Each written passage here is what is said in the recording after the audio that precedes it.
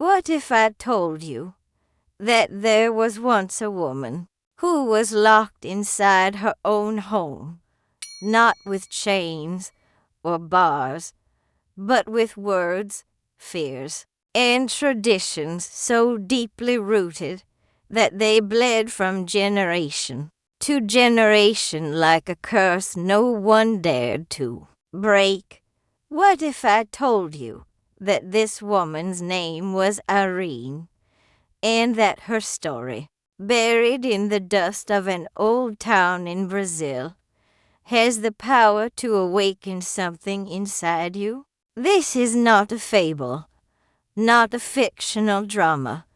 This is a real story, a story that could belong to your grandmother, your mother, or even you. A girl raised among farm fields, silence, and prayer books, taught to obey before she could even think, trained to serve before she could dream, and forced to marry at 15 to a man she didn't choose. Her wedding wasn't a celebration.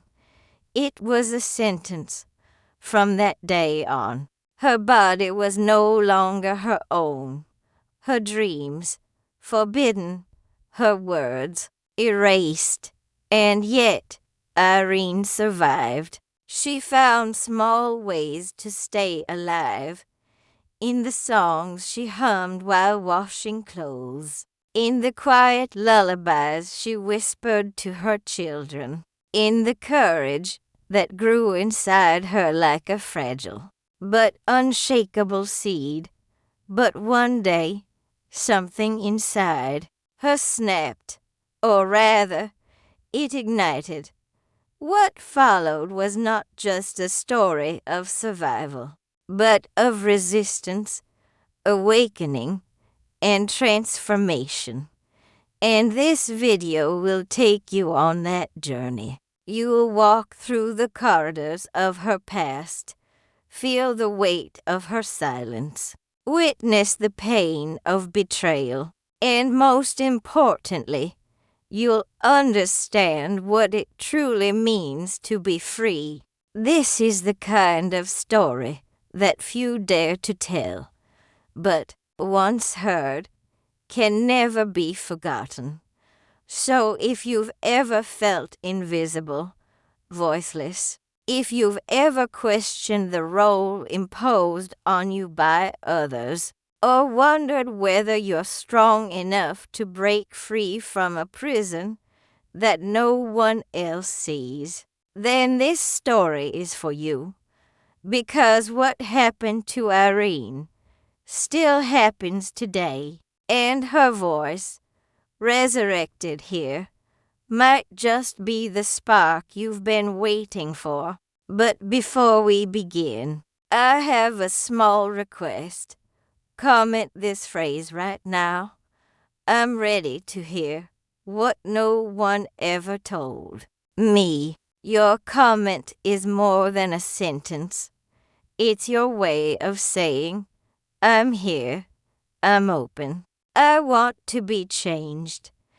And if this message already stirs something in your heart, like this video and subscribe to the channel so that more people who need healing, strength, or a way out can find this story too. And remember, the most powerful moment might be the second to last revelation. So stay with me until the very end. Every second counts. My name is Irene, and the first time I was hurt, he didn't raise his hand. He didn't scream. He didn't push me. He simply said, "You're mine now, and you'll learn to be a good woman." I was 15. He was 39. A man of the land, strong, respected, feared by many in the village. And I was just a girl with braids, calloused hands, and a heart full of questions I wasn't allowed to ask. Our wedding wasn't in a church. It was at the ranch under the harsh sun.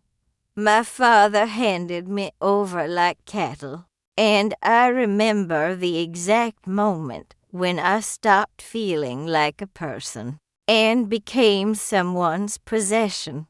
The guests cheered, the women whispered, the priest blessed the union, but I looked down, and something inside me died quietly.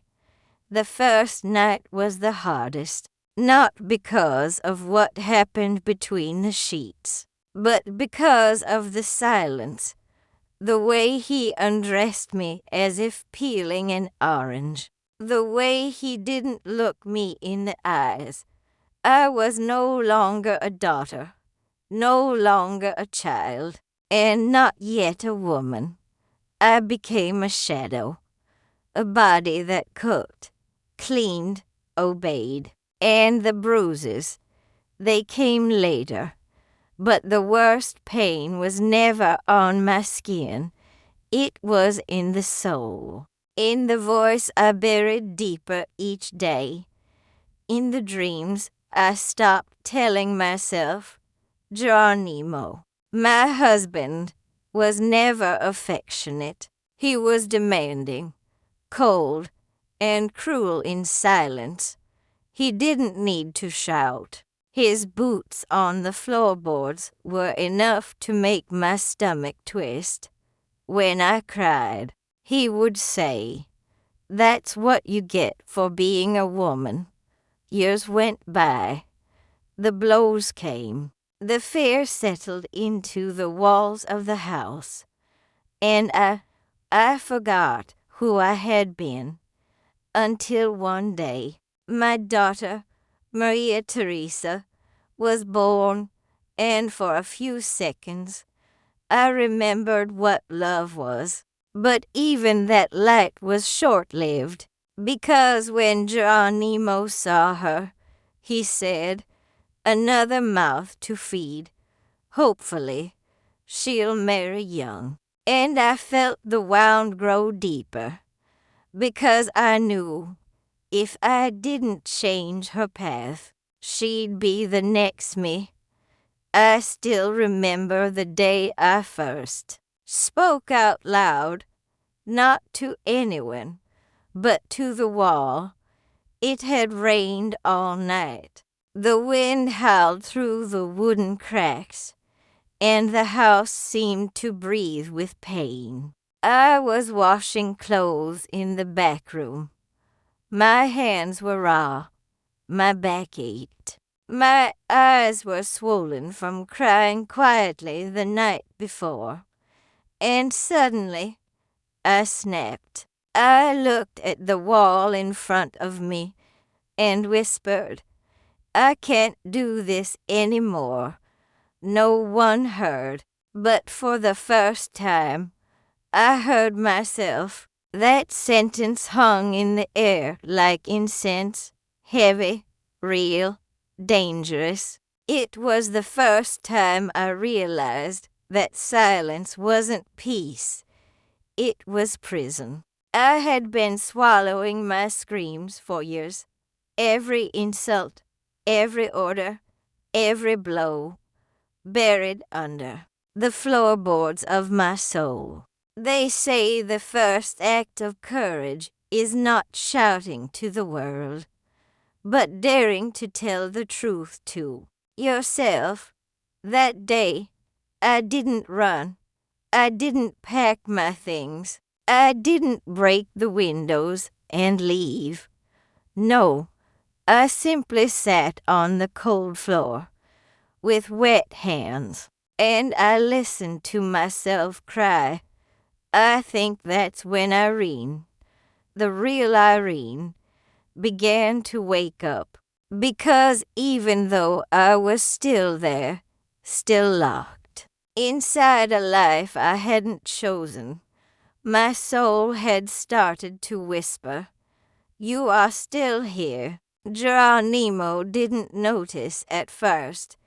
He still barked orders, still came home drunk, still tossed the food when it wasn't hot enough, but something in me had shifted. I stopped lowering my head. I started praying, not the way they taught me, but the way I needed. God, if you're there, don't let me die this way. And when no answer came from heaven, I looked again at the wall and said, then I'll become the answer myself. That was the beginning of my rebellion. Silent, invisible, but alive. If you've ever spoken to the walls because no one would listen, write this phrase in the comments. I started by listening to myself. Your story matters, and it can echo in the lives of others. Like this video, subscribe to the channel, and let's keep building a place where every quiet voice becomes a thunder. It was winter, the kind of night where the wind cuts through the cracks in the walls, and even the blankets feel like thin paper. The children were already asleep. I had lit a candle in the corner and was sewing a tear in Juan Pedro's only coat. That's when Geronimo came home, drunk, as usual. But that night, he was different. He slammed the door so hard it made the window shake.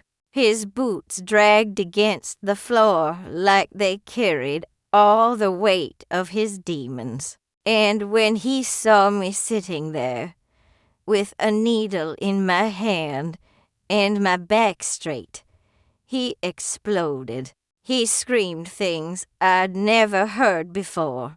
He accused me of looking down on him, of wanting to leave, of being ungrateful for everything he gave me. And then he grabbed my arm, pulled me up, and dragged me out of the house.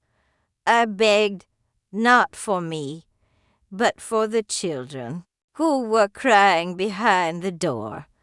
But Geronimo didn't listen. He opened the back door and pointed to the pigsty. Sleep there.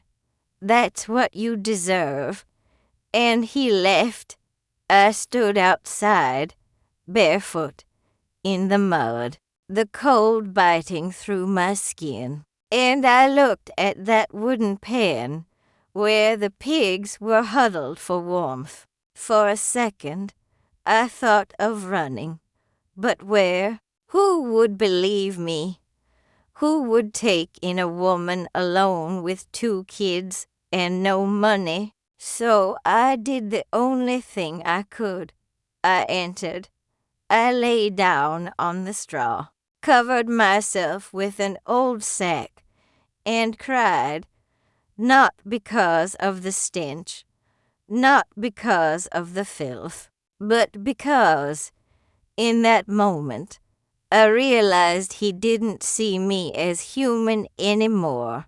To him, I was less than the animals, and the worst part, a part of me had started to believe it too. That night, I didn't sleep. I just stared at the wooden boards above me and whispered again and again, this can't be my ending. And something shifted. The pigs, they lay near me, almost as if offering warmth. And in that small, disgusting space, I made a vow, if I survive this, I will never let my daughter believe this is love. Never. Maria Teresa was 10 years old. She had my eyes, but they no longer sparkled. She moved around the house like someone tiptoeing through broken glass. She spoke in whispers. She smiled only when no one was watching. And she never asked questions. One afternoon, she spilled a bit of stew while serving her father. Just a few drops. Geronimo stood up. The chair scraped across the floor. He raised his hand. But as I stepped in front of her, for the first time in years, I stood between him and something I loved. I didn't scream. I didn't beg. I just said, "If you touch her, I will leave."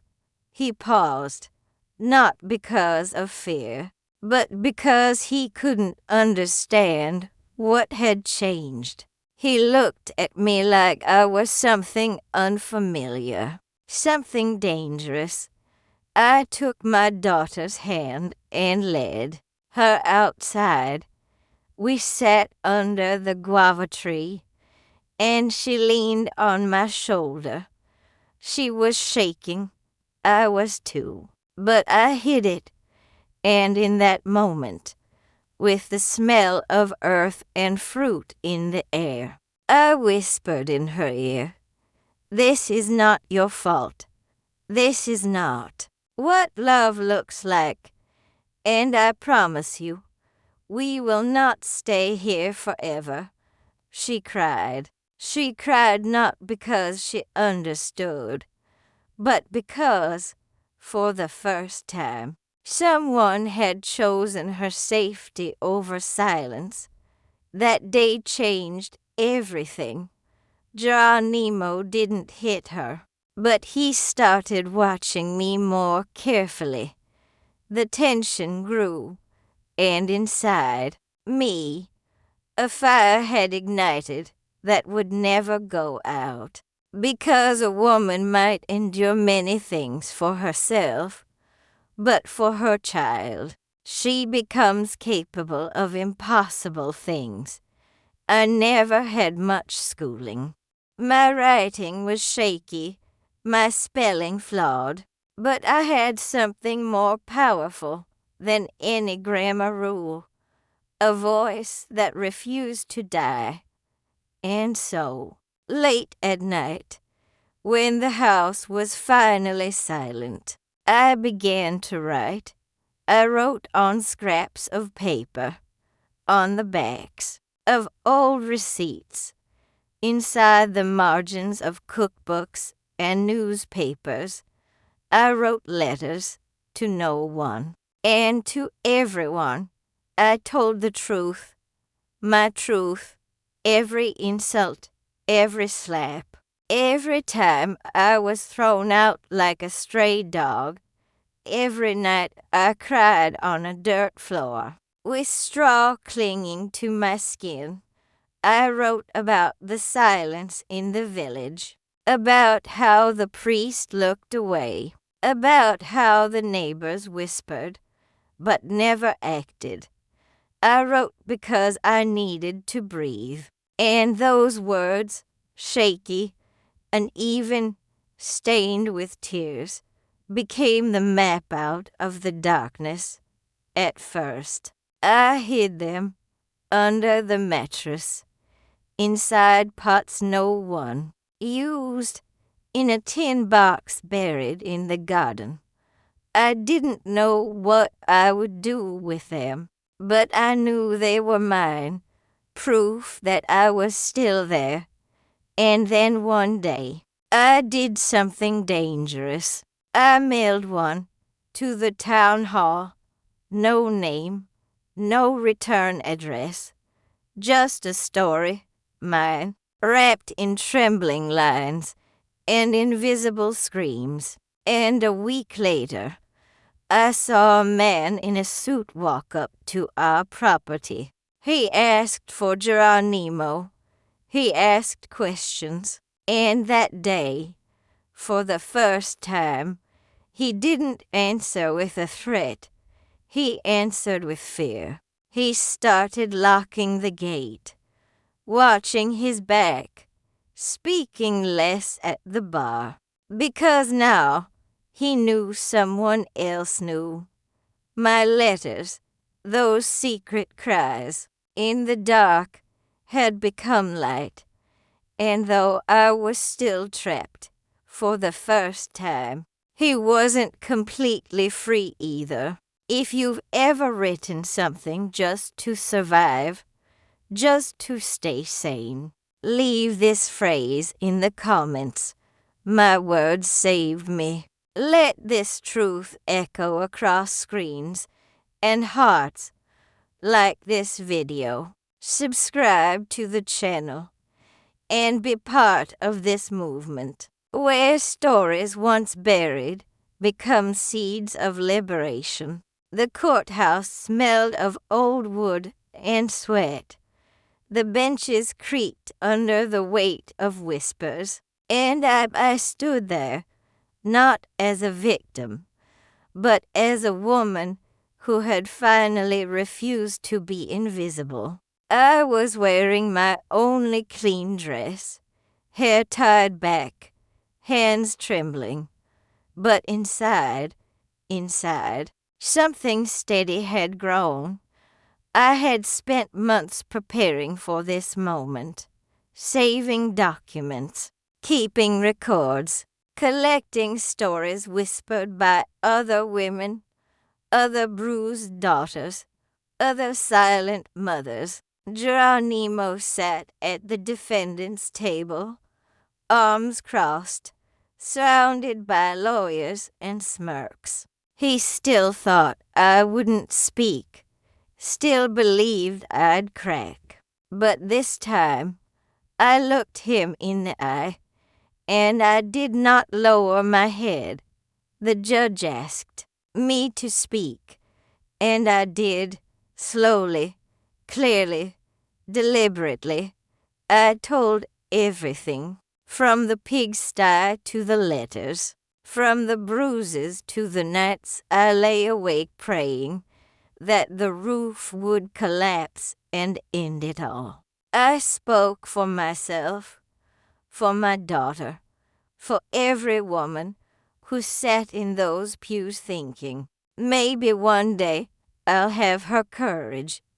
Geronimo didn't flinch, but his eyes betrayed him. They darted, sweated, and when the judge paused, read the papers, and looked up again, he didn't just see a case. He saw me, a human being, a mother, a soul who had survived everything and still stood tall. He said, "This deserves investigation. Your voice has been heard."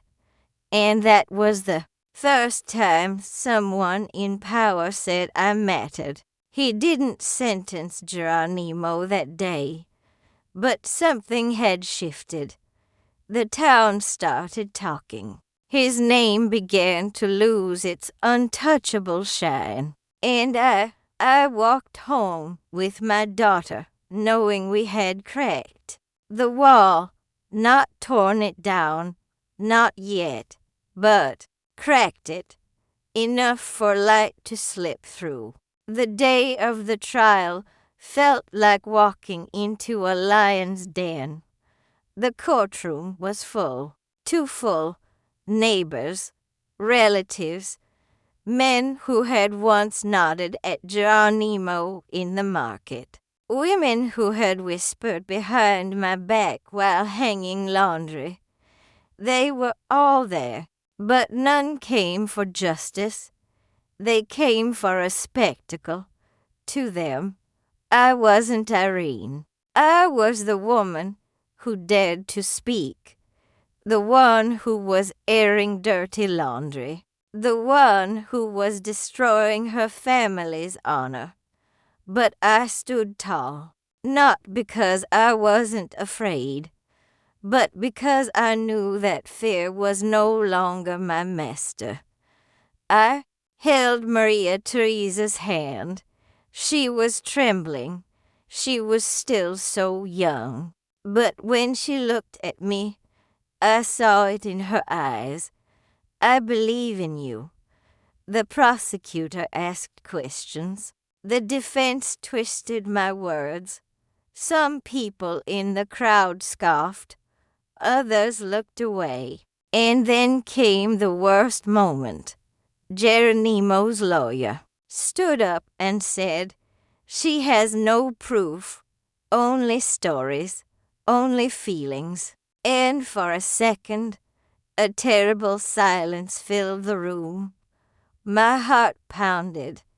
Would they believe me? Would it all collapse right here? And then a woman in the back stood up. She had a bruise on her cheek, a scar above her eyebrow, and with a shaking voice, she said, "I do.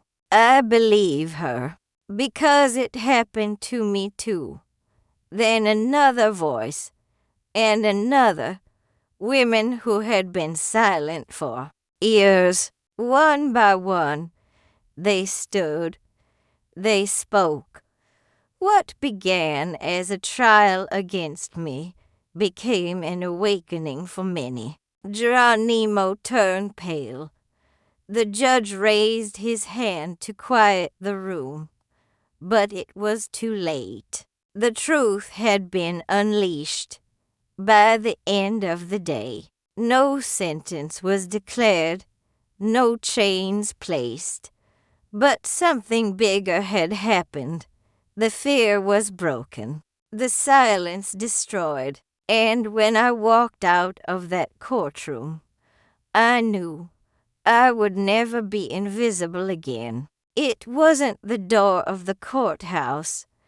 It wasn't the door of the house I left behind. It was a simple wooden door, painted blue, with rusted hinges and a small curtain swaying in the window. It was the door of the school, Maria Theresa's school. The day after the trial, I walked her there by the hand. Her fingers still clenched mine tightly, as if afraid the world might pull us back into darkness. When we arrived, the teacher looked at me, not with pity, but with a kind of quiet admiration. She knew. They all knew. And for the first time, they didn't look away. I watched as my daughter took her seat. She pulled out her notebook, and when she smiled at me through the classroom window, I felt something shift inside my chest. Not pain, not anger, but something I hadn't felt in years. Hope. That's when I realized the war wasn't over, but we had won our first real battle, because it wasn't just about escaping.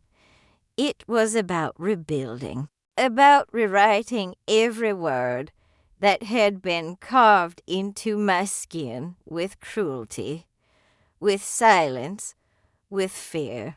I got a job cleaning houses. I walked miles with my feet bleeding to earn enough for rice and pencils. I worked until my bones ached, but each day I returned home, I saw something different in my children's eyes. Peace.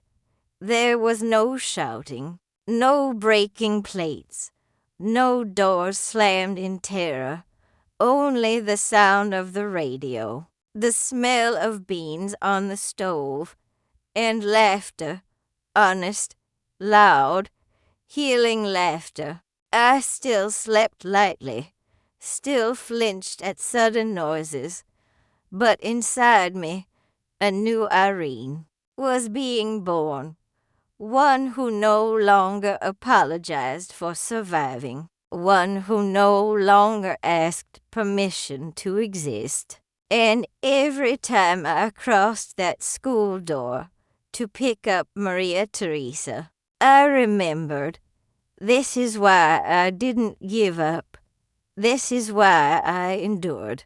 so that she could walk free where I once crawled in silence. Time doesn't heal wounds, but it teaches you how to look at them without flinching. A few weeks had passed since the trial. The house felt different. The silence was no longer a threat. It was rest. Maria Teresa started sleeping peacefully. Juan Pedro learned to laugh with his whole mouth. And I found myself unsure of what to do with so much peace. Because after years of running from fear, when it finally lets go, you don't know where to run next. One afternoon, while sweeping the patio, a woman knocked on the door.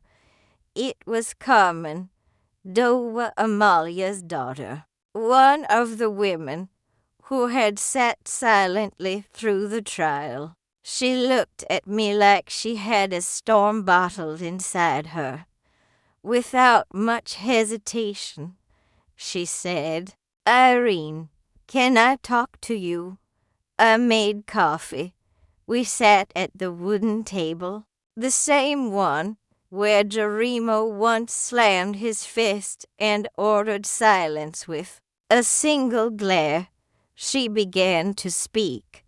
The humiliation, the slaps, the sleepless nights, and for the first time, I realized that chair wasn't one of sorrow. It was one of courage, of women who had decided not to be quiet anymore. In the days that followed, more came. A neighbor, the baker's wife, a young girl who had just turned 16. They didn't come for advice. They came seeking permission to speak, to not feel crazy, to stop believing they deserve the pain, and without meaning to. I became something I never imagined, a voice that others followed. I had no formal education. I didn't know how to use fancy words, but my story was a torch that lit others. That's how the Monday Circle was born. We met every week, secretly at first, then with the doors wide open. It wasn't a church. It wasn't an office. It was a space, sacred, ours. We talked, we cried, we laughed, we healed, and the more women joined, the more I understood something. Shared pain doesn't multiply, it divides. One evening, Maria Teresa came to me and asked, "Mama, can I stay for the meeting?" I looked at her and knew the cycle had been broken. She was no longer afraid. She was never going to repeat my story. I said yes, and when she entered the circle, the others welcomed her as if she were a flower blooming among ruins. That's when I realized my story wasn't a tragedy.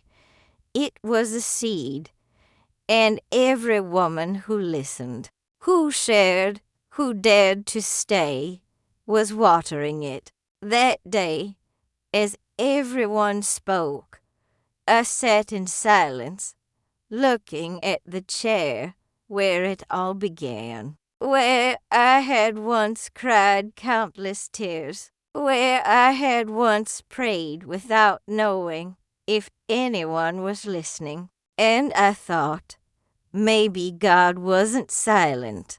Maybe He was speaking through me.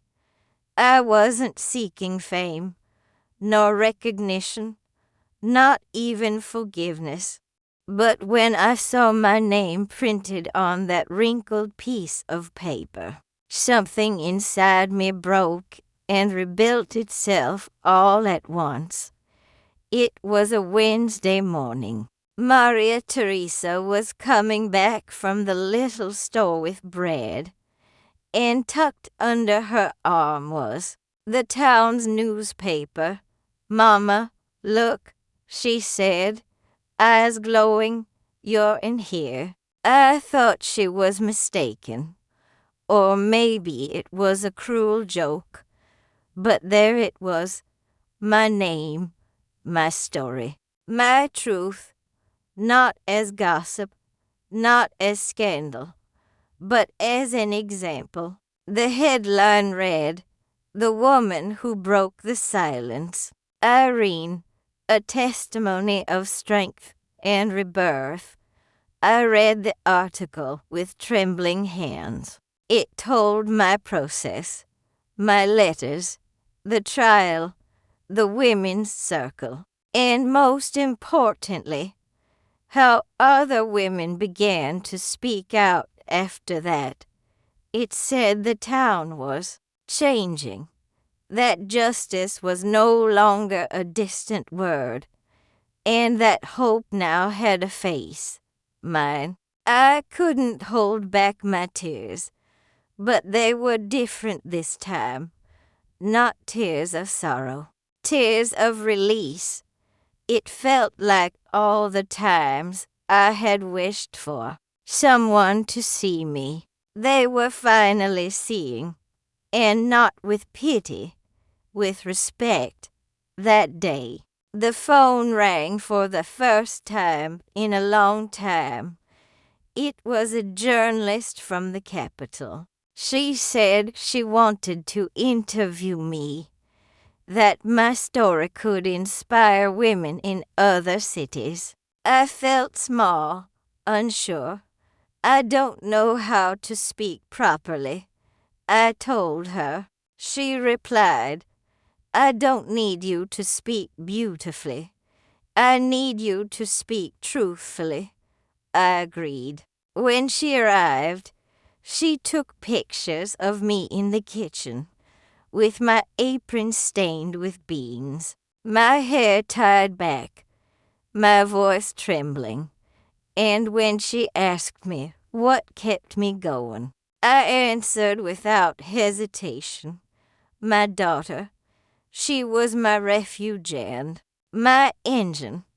I couldn't let her grow up believing that love hurts. That phrase ended up printed in thousands of copies, and within 2 weeks, letters began to arrive. Letters from women across the country, grandmothers, teenagers, wives, teachers, from everywhere. They all began the same.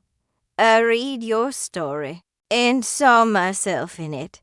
Some said they were ready to speak. Others simply thanked me for not giving up. And that's when I knew the words I once wrote with shaking hands. The same ones I buried underground were now planting freedom in other souls. I no longer feared what people might say, nor their judgment, not even Jerimo, because now my voice was no longer mine alone. It was a growing river fed by every shared story. A wound turned into a bridge, a scar that spoke. It had no sender, no recipient, not even a date. But I knew it was the last one. Almost a year had passed since the trial. The house was more alive than ever. Birds were landing on the rooftop again. The neighbors no longer whispered when they saw me. And at the Monday Circle, there was a new chair filled every week. But inside me, something remained, a voice still knocking, like someone calling from within. So one rainy night, with water drumming on the tiles and Maria Theresa asleep in her room, I took out the blue-covered notebook, the same one where I wrote my first letters. I lit the oil lamp and began to write, not with anger, not with fear, but with something even harder, truth. Dear Jeremo, I wrote, yes, that letter was for him, not because he deserved my words, but because I needed to say them. I told him how much the years of silence had hurt me, how he had made me feel worthless, the time he nearly made me lose faith in everything. I told him I wasn't writing to accuse him, nor to make him feel guilty. I was writing because I was no longer the same, because the Irene who used to bow her head no longer lived here, because my daughter no longer walked in fear, because the story he tried to bury had bloomed in the most unexpected places. I told him about the circle, about the newspaper, about the letters I'd received from other women. And in the end, I wrote, I don't forgive you because you deserve it. I forgive you because I deserve to be free. I closed the notebook, blew out the lamp, and I cried, not out of sorrow, but out of relief. The next day, I went to the field behind the house, the same place where I once buried my first letters, and there I buried this last one. I didn't need him to read it, nor for the world to know about it. I just needed to let it go. It was my ritual, my goodbye, my release. From that day on, I stopped writing about the past and started writing recipes, songs, dreams. Maria Theresa gave me a new notebook for my birthday. On the first page, she wrote, "Thank you for teaching me that love is not begged for. It is built." I hugged her tightly and silently promised that every word I wrote from then on would be a seed, not a wound. Today, no one calls me Jeronemo's wife. Now, I am Irene, the one with the letters, the one with the circle, the woman who refused to stay silent. And if you're listening to this, if you've made it this far, I tell you this with my heart in my hands. No matter how many times they tried to silence you, you can still reignite yourself. If you've made it this far, you're not just a viewer, you're a witness, and maybe, without realizing it, you've also become part of Irene's legacy. Because her story, once buried in silence and fear, now lives in you. You carried her pain. You walked through her memories. You faced the ghosts she never dared to name out loud. And now you carry something sacred, the truth. Very few stay until the end. Very few open their hearts to the wounds of someone else. But you did. That makes you different. That makes you chosen. Irene didn't have a stage. She didn't have a microphone. She didn't have the internet or a way to reach the world. All she had was her voice and the courage to use it, even when trembling, even when no one was listening. And today, you are listening. But more than that, You can now be the echo she never had. There's a woman right now, somewhere in the world, lying on a cold floor, holding back her scream, wondering if she's crazy, if she deserves what's happening to her. And this video, this story, might be her first lifeline. So I ask you, be that bridge. Share this video. Send it to someone who needs to remember who they are, who needs to believe that it's not too late, that there is a way out. And before you go, comment this phrase below. I carry Irene's voice, because that phrase tells us you were here until the very end, that you felt every word, and that you understand what it means to transform pain into purpose. And if you haven't subscribed to this channel yet, do it now, not out of obligation, but as a commitment to stories like this, to women like Irene, to truths that refuse to stay buried. Here, we don't just tell stories, we resurrect them. We give them breath, memory, dignity. And now, as we close, take a moment for yourself. Close your eyes. Take a deep breath. Feel Irene's footsteps behind you. Feel her courage enter you like a prayer. Don't rush. Don't click away. Just for a few seconds, let her story settle in your bones, because something powerful may be sealing inside you now.